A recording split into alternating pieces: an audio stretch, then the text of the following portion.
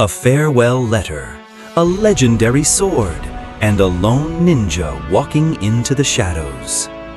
When the world forgets legends, darkness returns.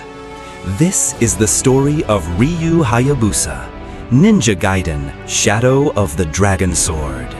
Ninja Gaiden, Shadow of the Dragon Sword. Chapter 1, The Blood Letter.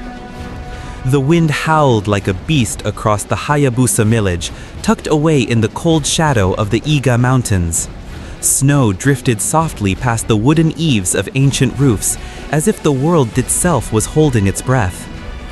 Inside a dimly lit shrine, the smell of burning incense hung thick in the air.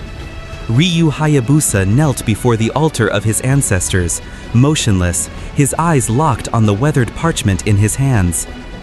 The seal was unmistakable, two coiled dragons forming a circle, the mark of his bloodline. Ryu, if you are reading this, then I am already gone. A darkness once sealed is stirring again. I must face it, alone. If I do not return, take the dragon sword and travel to America. The truth lies buried there. Ken Hayabusa. The flames from the altar candles flickered violently, as if reacting to the words. Ryu's grip on the letter tightened, his heart pounding with the thunder of a coming storm. His father, gone, without a trace, without a fight. That wasn't like him. Ken Hayabusa was more than a master ninja. He was a living legend, the kind of man who would face death with eyes wide open and a sword in hand.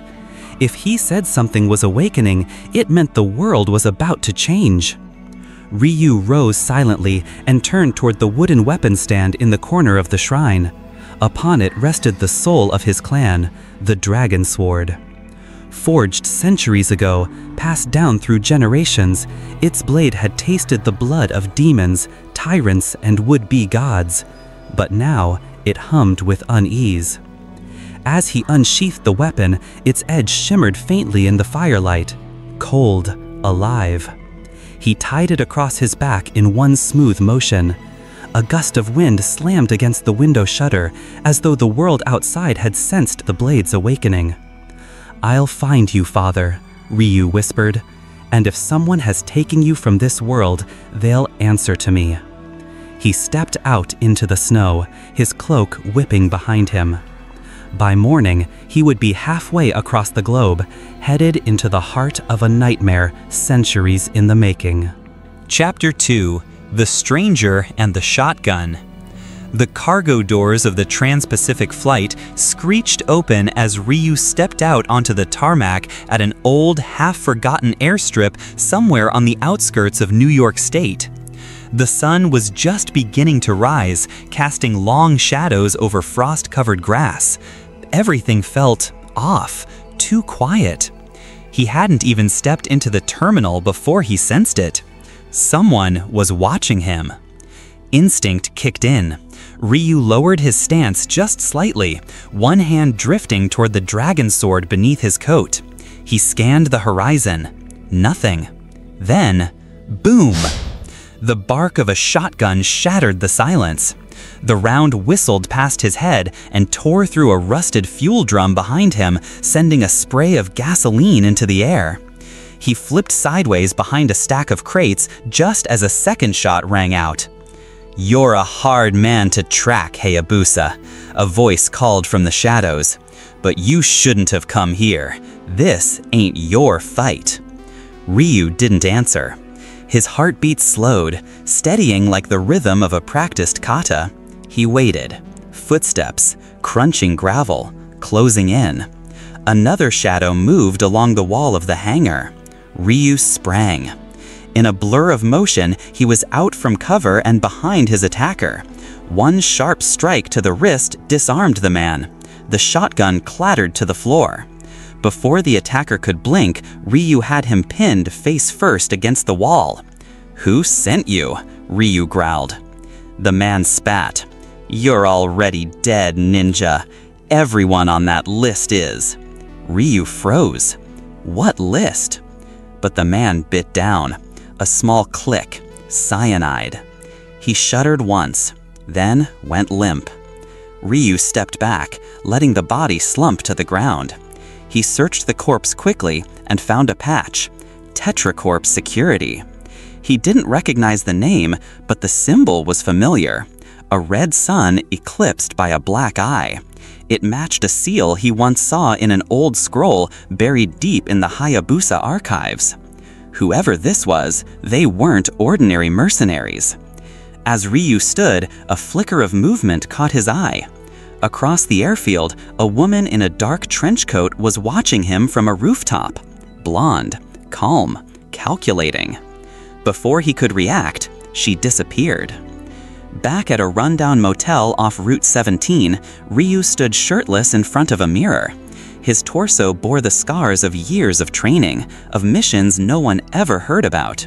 He pulled out his father's letter again, reading it a second time. He traced the final line. The truth lies buried there. But where? The knock came sharp. 3 raps, then silence. Ryu opened the door slowly. Standing there was the same woman from the rooftop. She raised her hands calmly. Irene Liu, CIA, we need to talk. Chapter 3: The Demon Statues. Irene Liu stood just inside the doorway, her coat still damp from the morning frost, eyes trained on Ryu like a sharpshooter sizing up a target. She moved carefully, professionally, but not without caution. It was clear she knew who she was dealing with. Ryu said nothing. He merely stepped aside.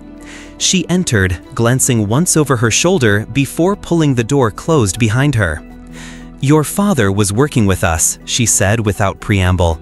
Ken Hayabusa was investigating an ancient relic believed to hold apocalyptic potential.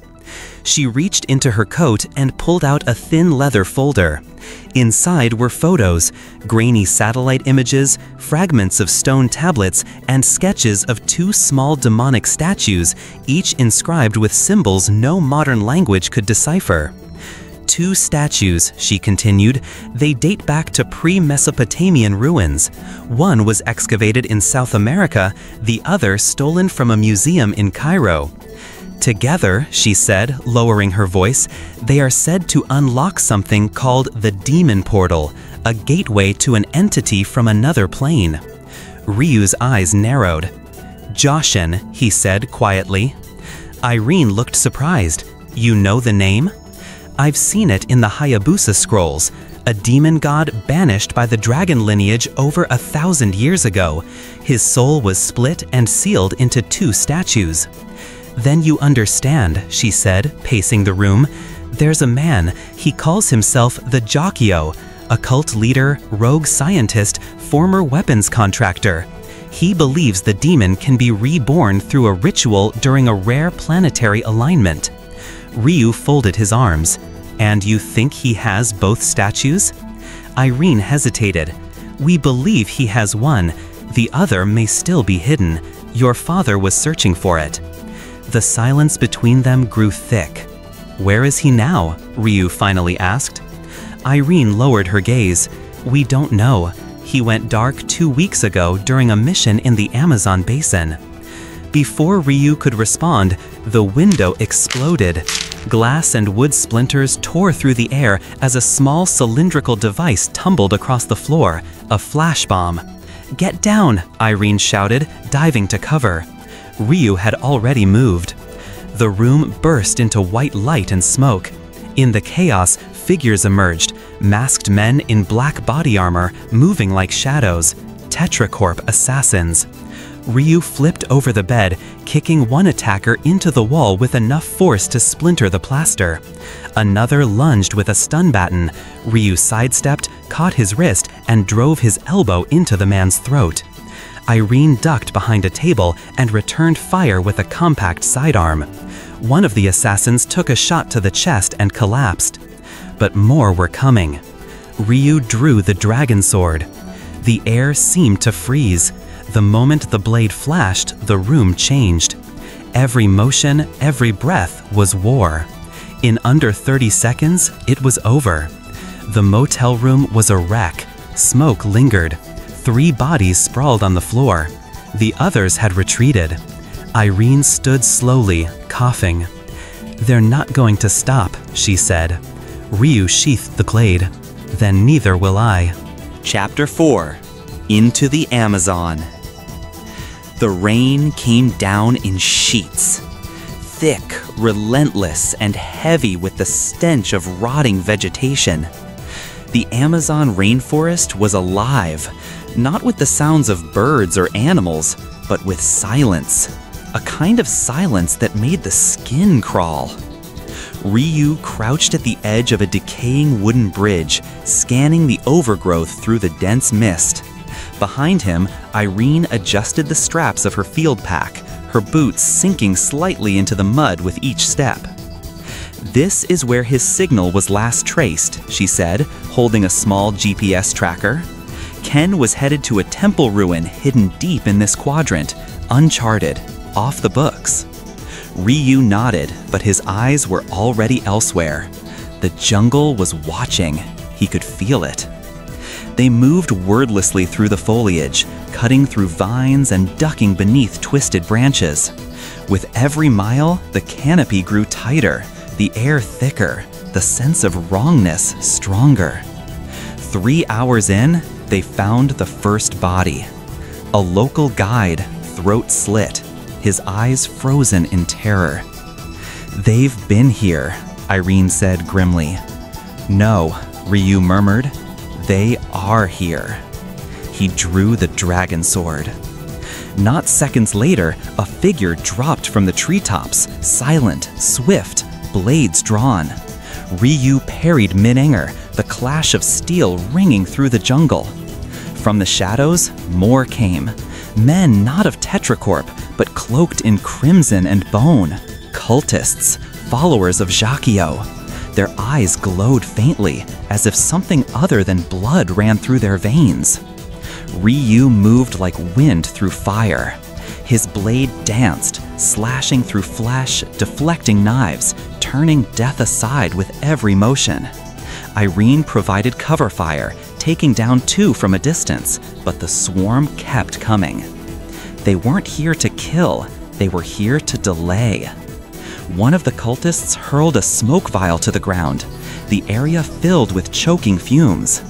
By the time it cleared, the attackers had vanished, melted back into the jungle. Ryu knelt beside one of the dead cultists. He pulled a stone medallion from the man's chest, a crude depiction of a horned demon emerging from fire, flanked by 2 statues. "They've found the temple," Ryu said. "We're already too late." By nightfall, they reached it. The ruins rose from the jungle floor like a forgotten god, half buried under vines, stone cracked by centuries of storms, but still pulsing with a terrible energy. Symbols of darkness were carved into every wall. Ancient reliefs depicted sacrifices, flames, celestial alignments. And at the heart of the temple, just visible through the shattered doorway, one of the demon statues. But as Ryu stepped closer, his foot hit something. A body, still warm. He turned it over. Father. Ken Hayabusa lay bloodied, barely conscious, breathing in short, shallow gasps. His eyes fluttered open at the sound of Ryu's voice. "Ryu, it's begun." Behind them, the statue trembled. Faint cracks of red light began to glow from its eyes. The seal was breaking. Chapter 5: The Awakening. The air inside the ruined temple was thick, not just with humidity, but with power. Ancient, suffocating power. The kind that clung to the skin and curled around the soul like smoke. Ryu knelt beside his father, brushing away blood and dirt. Ken's breathing was ragged, his body broken from battle and capture, yet his spirit, it hadn't faded. "Ryu," Ken's voice cracked like dry parchment. "The statue must not be joined with the second. Jacquio, he's nearly completed the rite." "Where is he?" Ryu asked. "Below, the altar, hidden chamber, portal chamber. Ken clutched Ryu's arm with a surprising strength. Don't let the demon return. Don't let it feed. His hand fell limp. Ryu closed his father's eyes. Behind him, Irene stood at the edge of the altar, eyes fixed on the demon statue. Its cracks glowed brighter now, red light pulsing like a heartbeat. Whispers began to echo from the walls, not voices, but feelings. Rage, hunger, madness. Suddenly, the ground trembled. Stone grinded against stone as a hidden staircase spiraled downward, revealed beneath the crumbling altar. A foul heat rushed up from below. "We go now," Ryu said, tightening the dragon sword on his back. "This ends before it begins." They descended into the dark. Torches burned along the walls, though no one had lit them. Symbols written in blood covered every surface. Occult diagrams, constellations, ritual geometry. The deeper they went, the louder the chanting became. At the bottom was a massive subterranean hall, its ceiling lost in shadow. And in the center of it, atop a raised black dais, stood the Jakio. Clad in crimson and obsidian robes, the man looked more demon than human. His face was hidden beneath a twisted mask, and around him floated the second demon statue, its eyes glowing with an identical fire. "Ah, the sun arrives, bearing the sword that once sealed my master." Jakio's voice boomed, distorted and hollow. "And too late, of course, always too late." "I've killed men for less dramatic entrances," Ryu replied. "You are bold, Hayabusa, like your father, and like him, you'll fall." Jakio raised both arms, and the statues reacted, their energies weaving together in a vortex of red lightning. The chamber shook as reality itself warped. A circle of pure darkness opened in the air behind him, a gateway, and from within it, something ancient began to move. The demon, Joshin, the devourer of light. A shape pressed against the veil, snarling, horns, wings, flame, malice incarnate.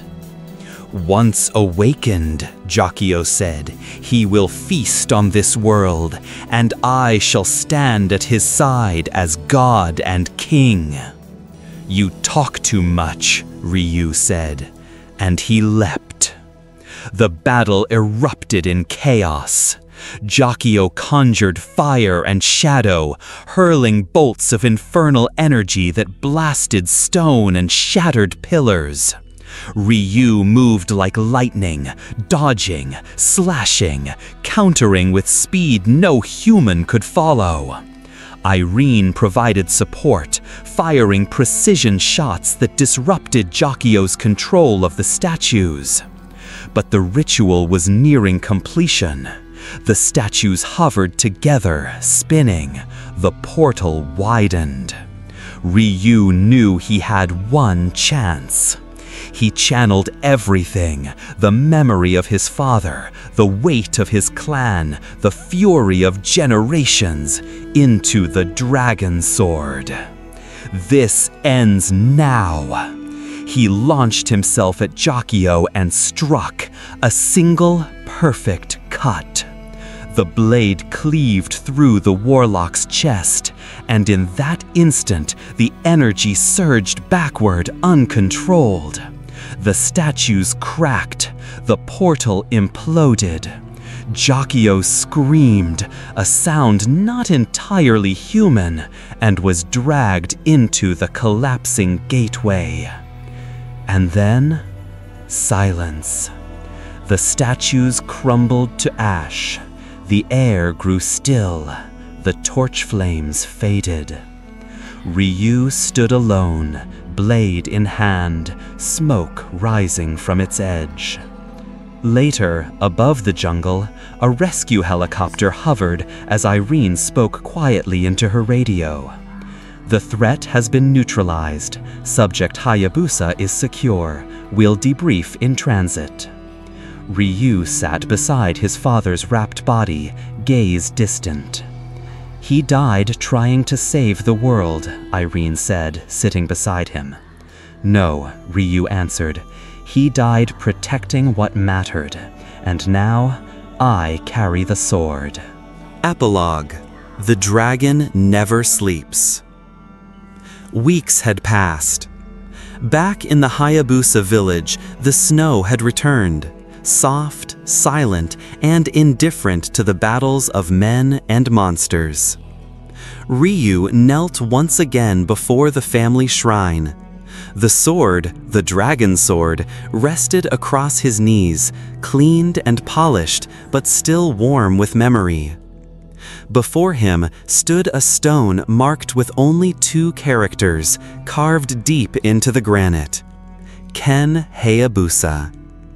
The wind stirred the incense. A bell rang in the distance. Children's laughter echoed from the training grounds, unaware of the blood-soaked story that had spared their future.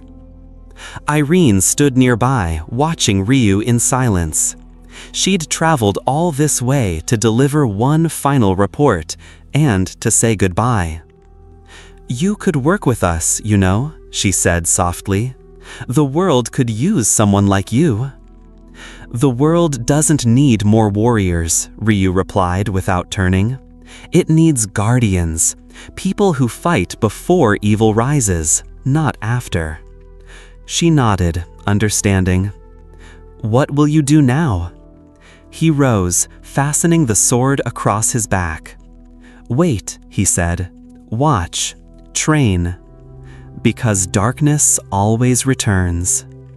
As he turned to walk down the steps, a faint rumble echoed across the mountains. Distant, far away, but familiar. Ryu stopped. He didn't smile, but something in his eyes sharpened. "The dragon never sleeps," he said.